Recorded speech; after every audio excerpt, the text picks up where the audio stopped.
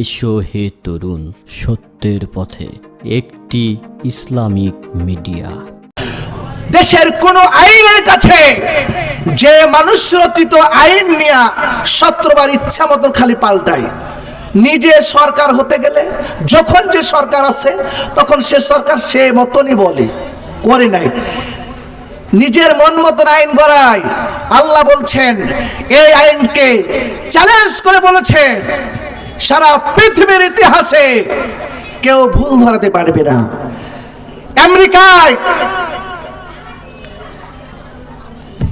বিজ্ঞানীরা গবেষণা করে করে থিসিস করে করে যারা জ্ঞান অর্জন করেছে 100 খানা কিতাবের উদ্ধৃতি দিয়েছে, তার মধ্যে সর্বপ্রথম জায়গায় স্থান পেয়েছে আল কোরআন। বলুন সুবহানাল্লাহ। কাফেরের গোষ্ঠীরা খ্রিস্টান নাসারারা কোরআনকে হৃদয়ের মধ্যে ধারণ করে জ্ঞান অর্জন করে পাইলট হেলিকপ্টার বানায়, মোবাইল ফোন বানায়, ইত্যাদি বানায় কোরআন থেকে। তৈরান আবাবিল সুরাফিল আছে না, কেমনে আল্লাহ তৈরান আবাবিল দিয়ে কাবা শরীফকে বাঁচালো, আল্লাহর ঘরকে। এই তো ডানা, এর থেকে হেলিকপ্টার বানাইছে। সে খ্রিস্টানের বাচ্চারা যদি আমার কোরআনকে 100 খানার উদ্ধৃতি দেওয়ার প্রথম শীর্ষে যদি রাখতে পারে, যে খ্রিস্টান বলতে পারে আল্লাহর কোরআনকে হাতের মধ্যে নিতে গেলে উজু করা লাগবে। আজকে মুসলমানের সন্তানেরা, আজকে মুসলমান নামধারী মুসলমান জাতীয় কুলাঙ্গারের বাচ্চারা এই কোরআনের আইন মানতে চায় না, কোরআনের নীতি মানতে চাই না। যেখানে কোরআন দেখে সেখানে তার চুলকানি বাড়ি। কথা বলেন ঠিক কিনা? কথা বলেন, কথা বলেন। ও চুলকাইছে, এমন চুলকাইছো তোমার গায়ের ছাল বাকলা পর্যন্ত থাকবে। কোথায় মলম লাগাবা? শান্তি আছে? শান্তি যদি পেতে চান তাহলে কোরআনের পথে আসতে হবে, বিকল্প পথ আছে? আপনার পাশের রাষ্ট্র কি? আমাদের পাশের রাষ্ট্র ভারত। প্রধানমন্ত্রীকে মোদিও পর্যন্ত সে স্বীকার করেছে, বক্তব্যের মাঠে বলেছে আজকে ভারত জেনা ব্যভিচারে সৈলব হয়ে যাচ্ছে, খুন ধর্ষণে। দেখলেন না জুনিয়র মেডিকেল একজন মহিলাকে নিয়ে ধর্ষণ করে মারলে না? জানেন না? সে সময় সে মোদি বলেছে আমি আর এত চাপ সহ্য করতে পারি না, আমার মনে হচ্ছে ইসলাম ধর্মটাই হচ্ছে সবচাইতে উৎকৃষ্ট ধর্ম। একজন খ্রিস্টানের বাচ্চা তার মুখ দিয়ে উচ্চারণ করতে পারে ও মুসলমানের বাচ্চা, তোমার স্বীকার করতে সমস্যা কোথায়? সে বলেছিল আল্লাহর কোরআন যারা মানবে তারাই কেবলমাত্র শান্তিতে বসবাস করতে পারবে। একজন খ্রিস্টানের বাচ্চা, একজন ইহুদির বাচ্চা আল্লাহর কোরআনের আপনার কি করে তারা স্বীকার করে।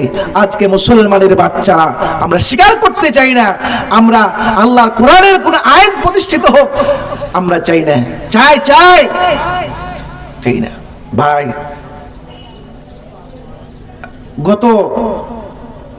চাইবেন না কেন চাইবেন না? আজকে দুনিয়াতে বাঁচার কোনো গ্যারান্টি নাই।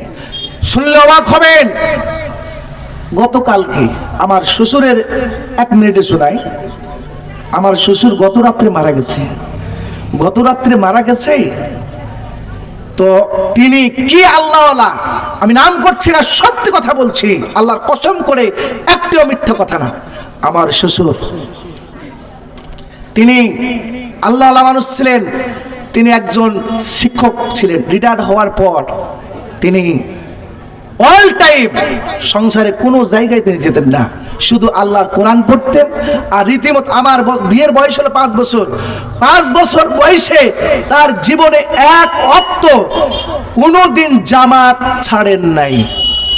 1 ওয়াক্ত 5 বছর আমার জীবদ্দশায় কোনোদিন 5 ওয়াক্ত সালাত 1 ওয়াক্ত তার জীবনে কাজা হয়েছে এটা আমার জানা নাই।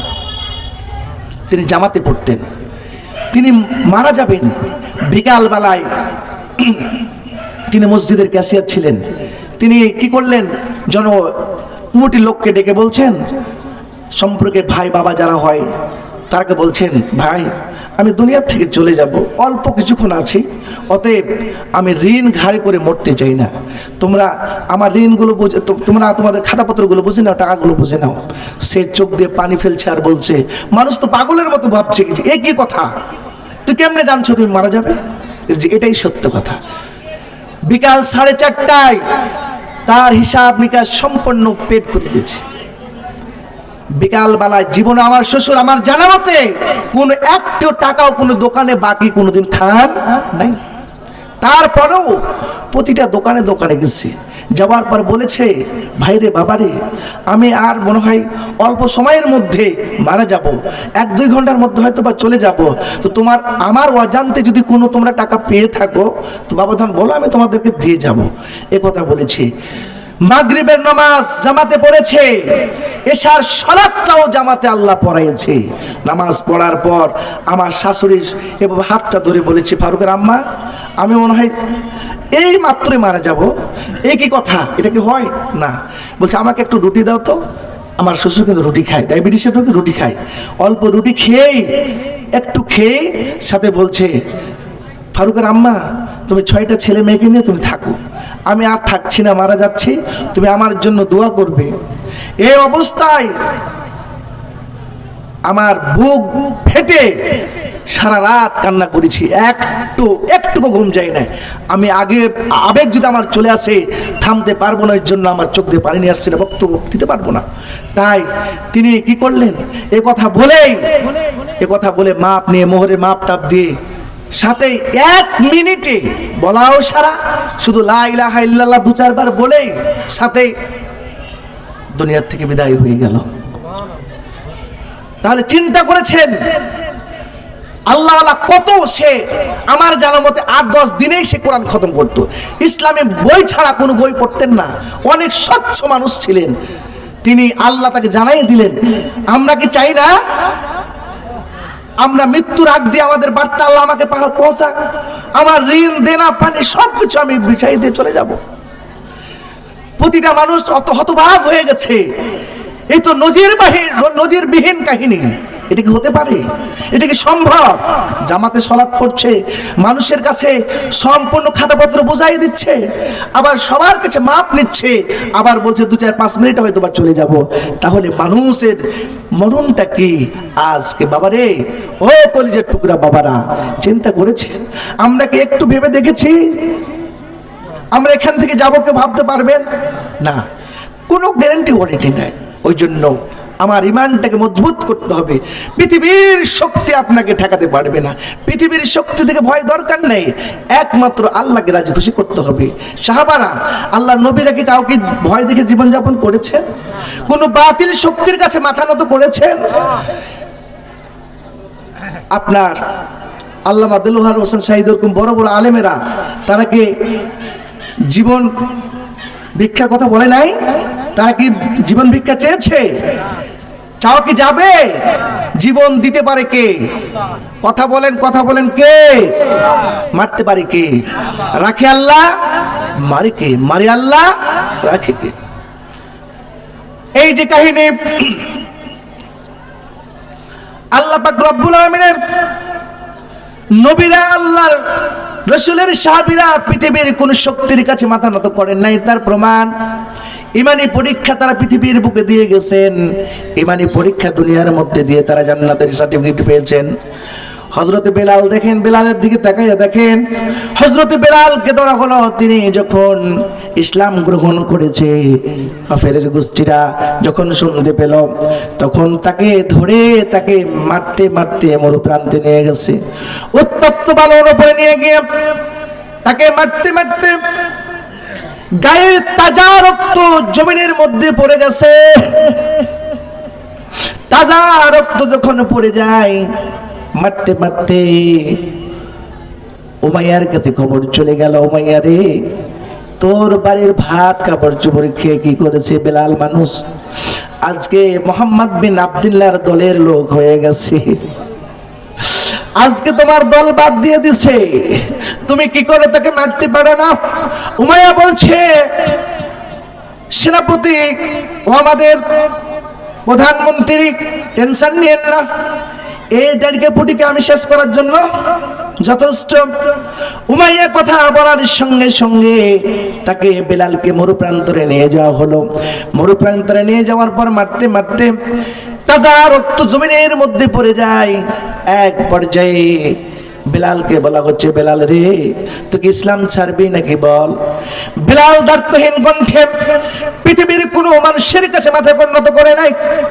সে বলেছিল, ও উমাইয়া, তোমার হাতে ক্ষমতা আছে, তুমি আমাকে মারতে মারতে আমার কলেজা পর্যন্ত যদি ছিঁড়ে বের করে নাও, একমাত্র যে আল্লাহর প্রতি ঈমান এনেছি সে আল্লাহর কাছে আমি কোনোদিন বেঈমান হব না। বলুন সুবহানাল্লাহ। সে কি করেছিল, এক পর্যায়ে উমাইয়া খেপে গিয়ে মুখের মধ্যে বাম হাত ঢুকাইয়া দিয়া জিহ্বা বের করে শিরকে বন্ধ করে আপনার বাবলা কাটা জিহ্বার মধ্যে ঢুকাইয়া দিছে। শিরকে দিয়ে চচ্চর করে রক্তগুলো বের হয়ে যাচ্ছে।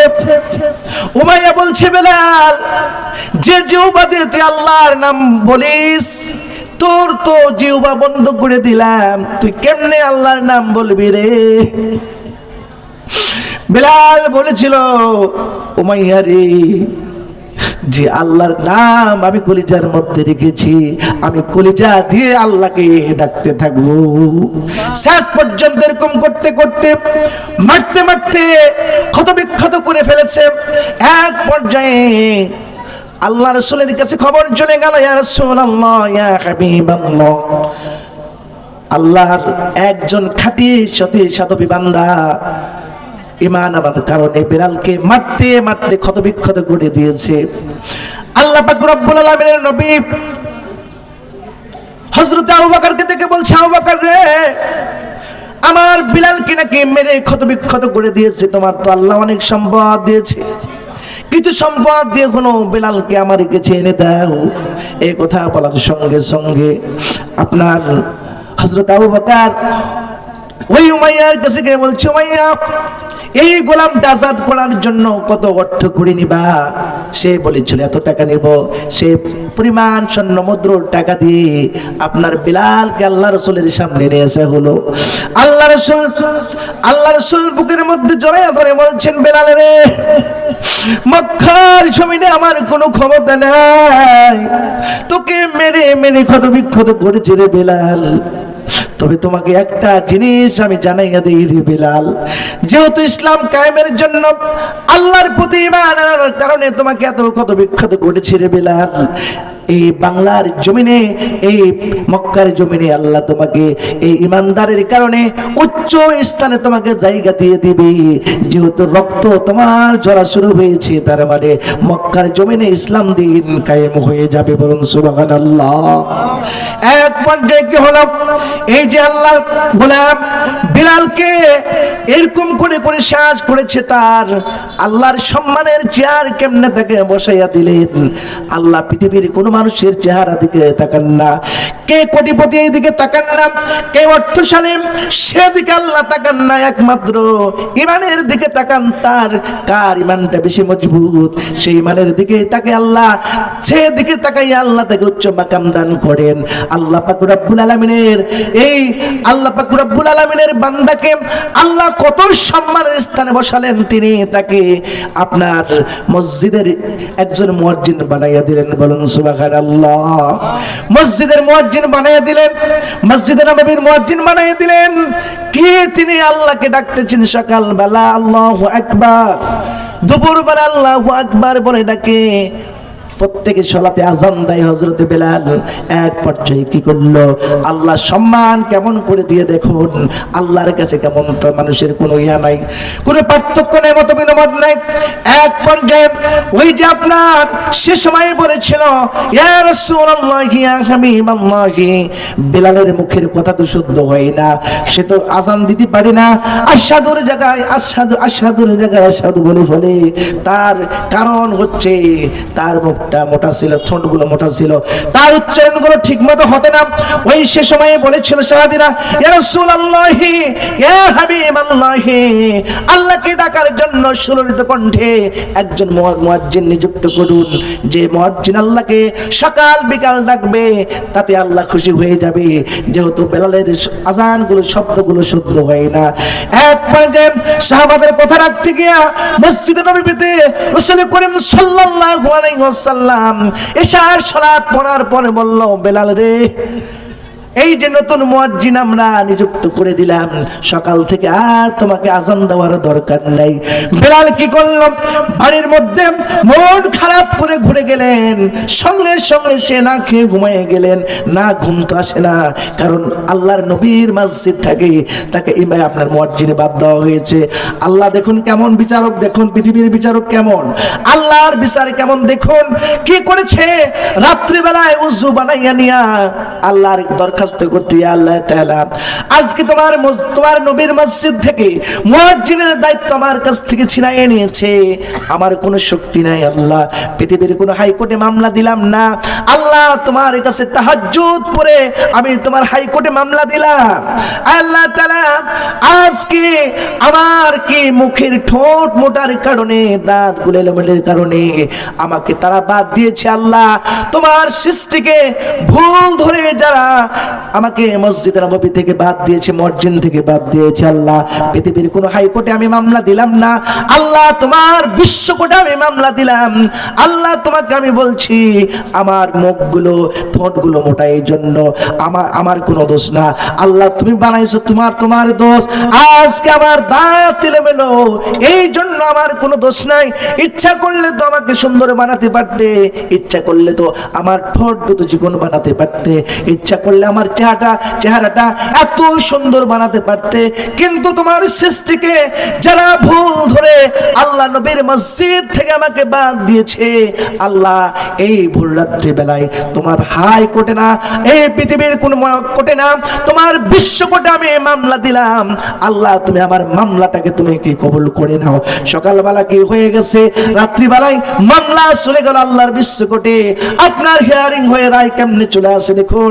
সকালবেলা নতুন মুয়াজ্জিন যখন আপনার আজানের জন্য মসজিদে নববীতে চলে এসেছে, আজান দেওয়া হয়ে গেছে, আল্লাহ রাসূল সাল্লাল্লাহু আলাইহি ওয়াসাল্লাম সাহাবীদেরকে নিয়ে আপনার তালকিন দিতেছে, পরামর্শ করতেছে, আলোচনা করতেছে।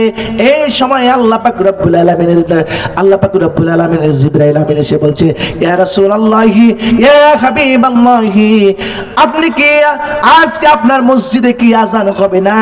তখন আল্লাহ রাসূল বলছে, ইয়া জিবরাইল, আজকে তো নতুন মুয়াজ্জিন সুললিত কণ্ঠে আজান দিয়েছে। আল্লাহ পাক রব্বুল আলামিনের নবী বলার সঙ্গে সঙ্গে জিবরাইল বলছে, ইয়া রাসূলুল্লাহি ইয়া হাবিবাল্লাহ, যতক্ষণ পর্যন্ত এই মসজিদে নববীতে বিলাল না আজান দিবে ততদিন পর্যন্ত এই আজানটা আল্লাহর আরশে পৌঁছবে না। আল্লাহর ফেরেশতারা কোটি কোটি ফেরেশতা বাইতুল মামুরে সবাই সারিবদ্ধ হয়ে আছে, কখন বিলাল আজান দিবে, বিলালের আজানের ধ্বনি শুনে সমস্ত ফেরেশতারা নামাজ পড়বে, এই জন্য সকলে বসে আছে। ওই জন্য আল্লাহ পাক রব্বুল আলামিন আমাকে আপনার কাছে পাঠাইছে, নাকি ভুলে গেছে? না ভুলে গেছে না, আজান হবে কি হবে না, এই জন্য আল্লাহ পাঠাইছে। আল্লাহ পাক রব্বুল আলামিনের বিশ্ব কোর্টে মামলা হওয়ার সঙ্গে সঙ্গে রায় এসেছে কিনা? এসেছে, সন্দেহ হয়।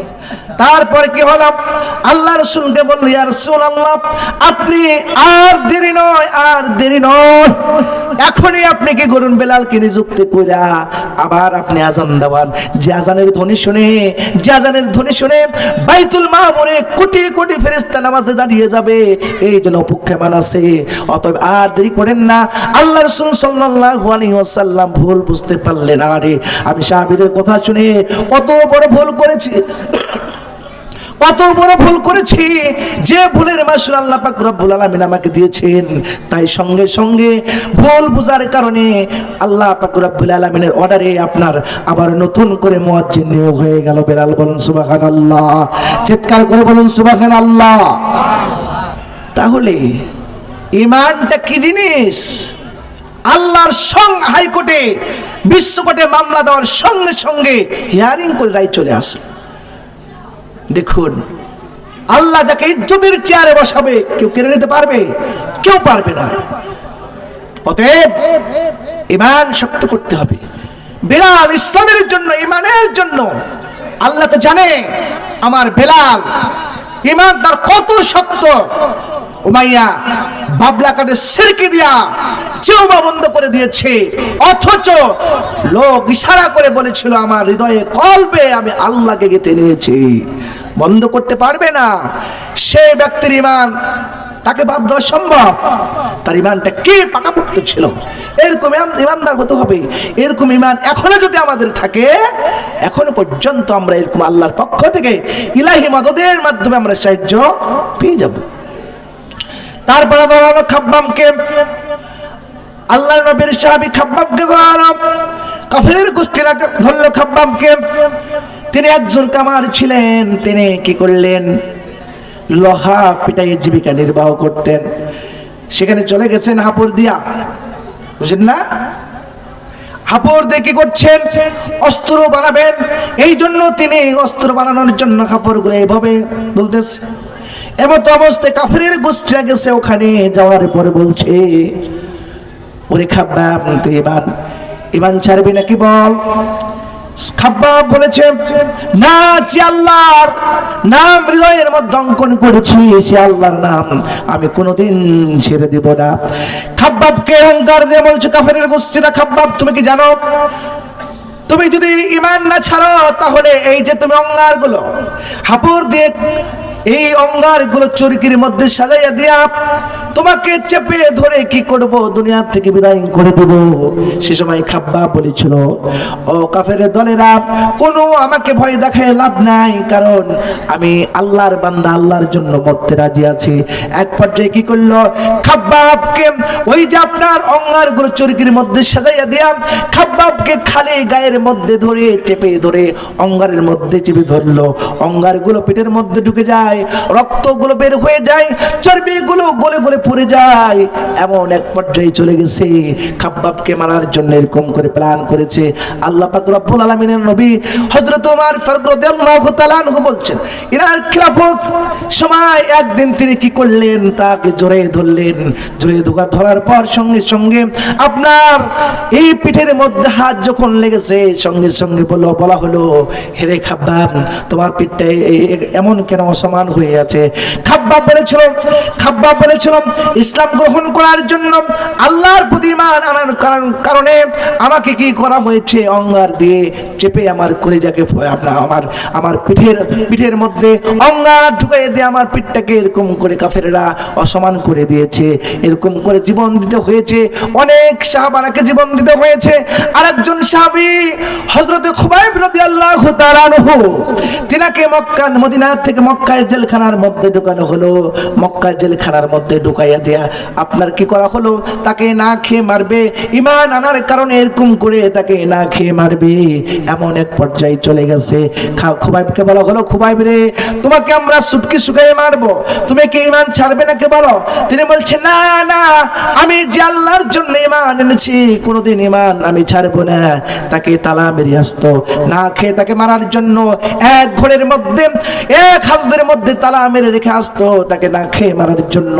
কয়েকদিন পর গিয়ে দেখতো, দেখার পর আপনার দরজা খুলে দেখতেছে খাব্বাব কত সুন্দর চেহারা, ফলমূল গুলো ধরে আছে।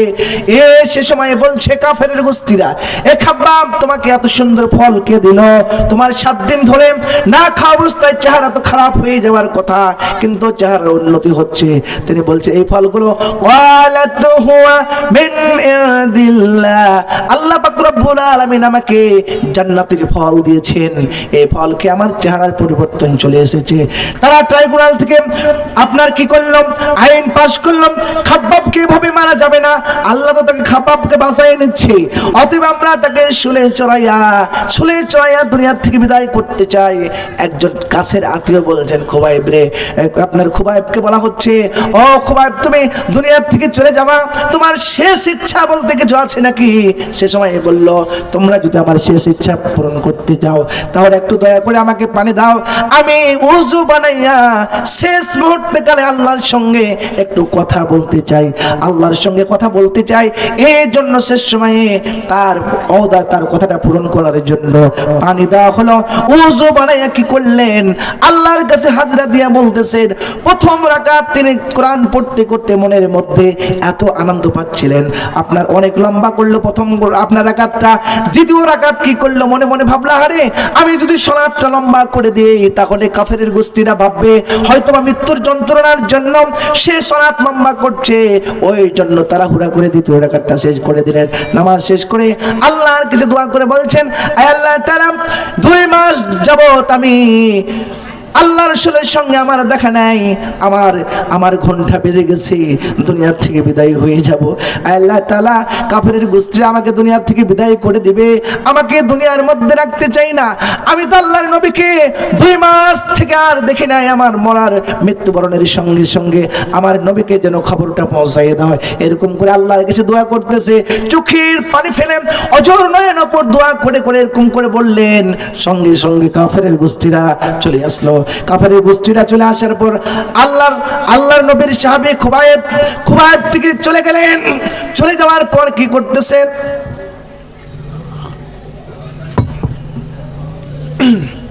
খুবাইব কি করলো, কাফেরের গোষ্ঠীরা একজন কাফের এসে বলছে, খুবাইব রে, তুমি তোমার স্থানে তোমাকে বাদ দিয়ে তোমার নবীকে যদি মারা হয় তোমার কেমনে লাগবে? এখন বলুন তো, কাউকে যদি এরকম যন্ত্রণা দেওয়া হয়, কেউ যদি বলা হয় তোমার নেতাকে মারলে তোমার ব্যাপারটা কি বলো তো? নেতা মরলে কি কারোর সমস্যা আছে? কোনো সমস্যা নাই। কি তাদের ইমান? আমরা তো বলি প্রয়োজনে বাপকে মারলে বেটা রয়ে দেখবি, আছে না? কিন্তু ইমানটা কি করল? খুবাইব রাদিয়াল্লাহু তাআলা আনহুকে বলল, এ কথা বলার সঙ্গে সঙ্গে রিয়াকশন কেমন, হাতগুলো বাঁধা আছে, পা বাঁধা আছে, এমতো অবস্থায় খুবাইবের মুখের দিকে রক্তিমাকার ধারণ করলো। কাফেরের গোষ্ঠীরা মুখের দিকে তাকায় বসলো, আরে খুবাইব তো রেগে গেছে। এই পর্যায়ে খুবাইব এক মুখ থুতু মুখ ভর্তি করে, যে কাফেরের গোষ্ঠী বলেছিল তোমার নবীকে মারা হোক, সঙ্গে সঙ্গে মুখ থুতু ভর্তি করে মুখ দিয়া থুতু তার দিকে নিক্ষেপ করেছে। নিক্ষেপ করার সঙ্গে সঙ্গে রক্তিম আকার ধারণ করে খুবাইব গর্জন সিংহের মতন গর্জন করে বলল, ও কাফেরের গোষ্ঠীরা, আমাকে যদি তোমরা না বেঁধে রাখতে তাহলে তোমাকে ঘুষিয়ে মেরে তোমার মুখ থেতলে দিতাম, কারণ আমার নবীর বিরুদ্ধে কথা বলার কারণে। এই পর্যায়ে চলে গেল। কাফেরের গোষ্ঠীরা কি করলো, একে তো এইভাবে মারা যাবে না, কে মেরে ফেলতে হবে।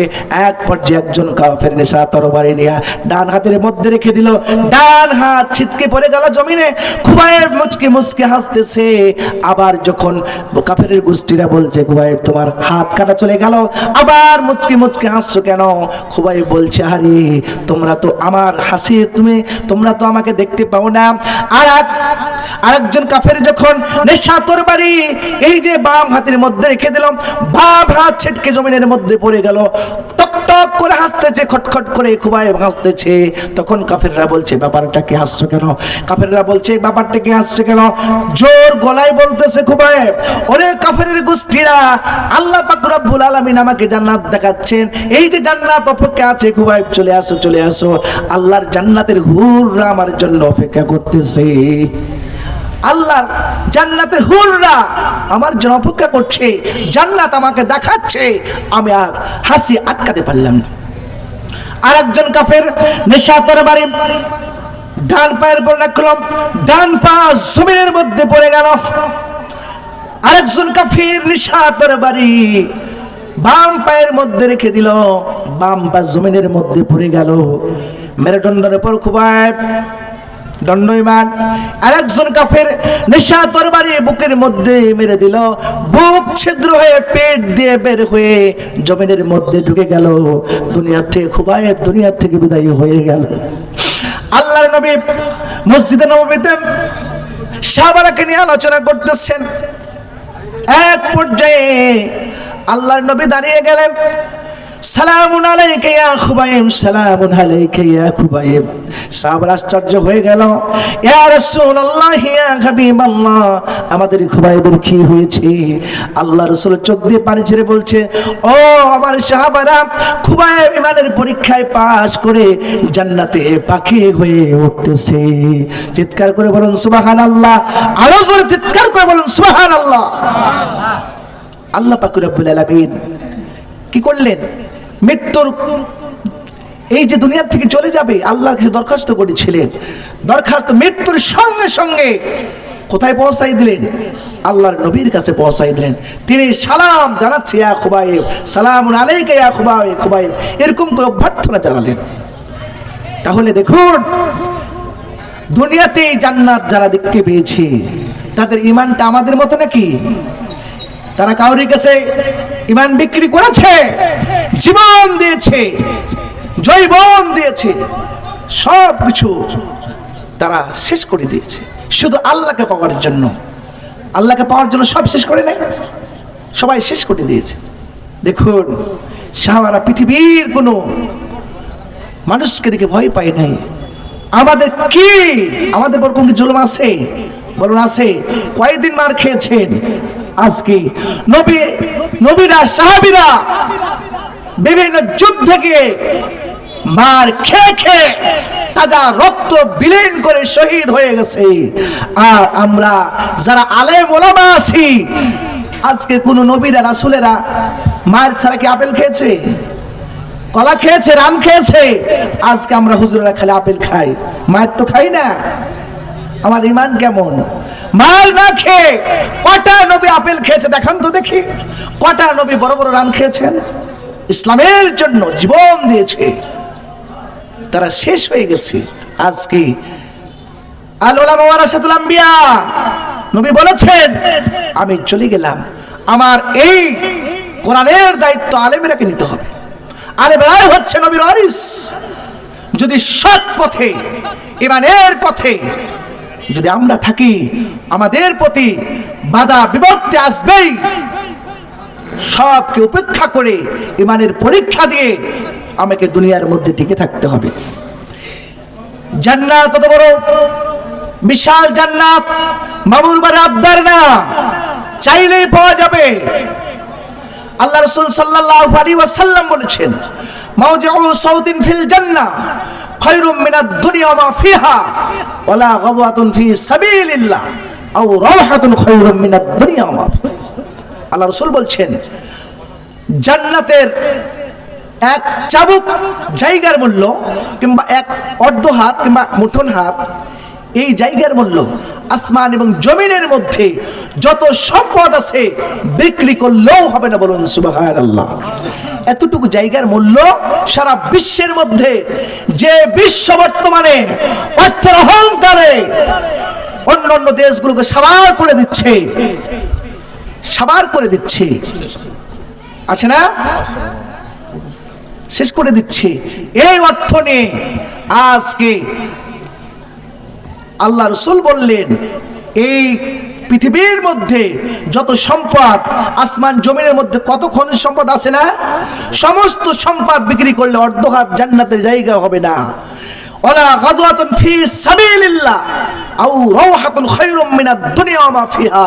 আল্লাহ রাসূল বলছেন, যদি কোনো মুসলিম ইসলামের জন্য, আল্লাহ সন্তুষ্টের জন্য এতটুকু সময় ব্যয় করে, খৈরুদ দুনিয়া ওয়া মা ফিহা, আল্লাহ রাসূল বলছেন, এই যে আমরা বসে আছি ঈমানের তাড়নায়, আল্লাহকে ভয় করে, রাজি খুশি করে জান্নাতের জন্য এই যে সময়টুকু যে ব্যয় করছেন, আল্লাহ রাসূল বলছেন এটাই হচ্ছে এর চাইতে উত্তম।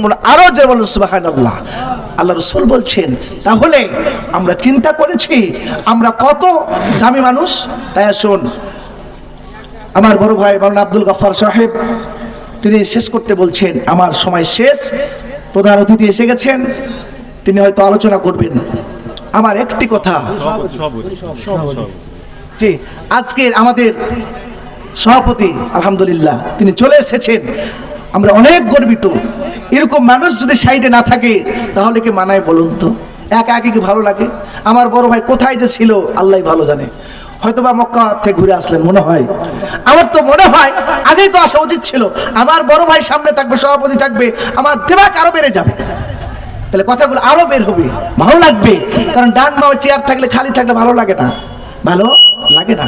ওই জন্য তাই আসুন আমাদেরকে ইমানটাকে শক্তিশালী করতে হবে, ইমানটাকে নবায়ন করতে হবে। একমাত্র আমার জীবনটা আল্লাহর হাতে। কারণ আমার জীবনে যতদিন পর্যন্ত আমরা বাঁচবো, আমরা যতদিন পর্যন্ত দুনিয়ার পৃথিবীর বুকে থাকবো, আমার জীবনের কল্পনা জল্পনা একমাত্র কাকে ঘিরে? আল্লাহকে ঘিরে। কারণ মুমিন মানুষের, মুসলিম মানুষের কোনো বাক স্বাধীনতা নেই। ইন্নাল্লাহ হাশতারা মিনাল মুমিনিনা আনফুসাহুম ওয়া আমওয়ালাহুম। আল্লাহ কি বলছেন আয়াতে? আমি জান্নাত বিক্রি করে দিয়েছি তোমার জান মালের বিনিময়ে। তাহলে এটা ভালো করে বুঝেন, বুঝার কথা কিন্তু আমাদের জান মালটা কিন্তু আমাদের নয়, আল্লাহ। ইন্নাল্লাহ হাশতারা মিনাল মুমিনিনা আনফুসাহুম ওয়া আমওয়ালাহুম বিআন্না লাহুমুল জান্নাহ। আল্লাহ বলছেন তোমার জীবনের বিনিময়, তোমার অর্থের বিনিময়ে আমি আল্লাহ জান্নাত বিক্রি করে দিয়েছি। জান্নাত তোমার, আর তোমার জীবনের যে বডির যে জীবনটা আছে, এই রুহটা আছে, এটা আমার। তোমার পৃথিবীর বুকে তোমার যত সম্পদ আছে, ব্যাংক ব্যালেন্স আছে, এটা তোমার নয়, এগুলো হচ্ছে আমার সম্পদ। আর আমার জান্নাতটা হচ্ছে তোমার সম্পদ। অতএব তাহলে কোন মুমিনের কোনো আশা ভরসা কি নিজস্ব কোনো আছে? সমস্ত কিছু কার? আল্লাহর। ওই জন্য আল্লাহর দেওয়া জিনিস বান্দারামি করা যাবে? যাবে না। ওই জন্য জান্নাত তো আমাদের, জান্নাত তো আমরা কিনেই নিয়েছি জানেবো মালের বিনিময়ে। অতএব আমরা চিন্তা করব, রাত্রে একটু ঘুমায়ে চিন্তা করবো, আরে আমার পাশের বাড়ির বন্ধুটা নেই, আমার বাবাটাকে, যে বাবাটা আমাকে সারা দিন ধরে কত পরিশ্রম করে আমাকে মানুষ করেছে, বাবাটা তো দুনিয়ার থেকে চলে গেছে, আমাকে চলে যেতে হবে। অতএব চিন্তা করবেন। তাই আসুন আল্লাহ পাক রব্বুল আলামিন যেন আমাদেরকে ঈমানের প্রতি আমল করে, আল্লাহর কোরআন এবং রাসূলের হাদিসের প্রতি আমল করে যেন দুনিয়ার থেকে যেতে পারি। আল্লাহ পাক রব্বুল আলামিন যেন দুনিয়াতে জান্নাতের সার্টিফিকেট অর্জন করে, যেরকম করে সাহাবারা করেছেন, ওভাবে করে যেন আমরা দুনিয়ার থেকে বিদায় হতে পারি। এই সুযোগ যেন আল্লাহ পাক রব্বুল আলামিন যেন আমাদেরকে দিয়ে দেন। আল্লাহুম্মা আমিন। আরো জোরে বলুন আল্লাহুম্মা আমিন। ওয়া আলহামদুলিল্লাহি রাব্বিল আলামিন। আসসালামু আলাইকুম ওয়া রাহমাতুল্লাহি ওয়া বারাকাতুহু।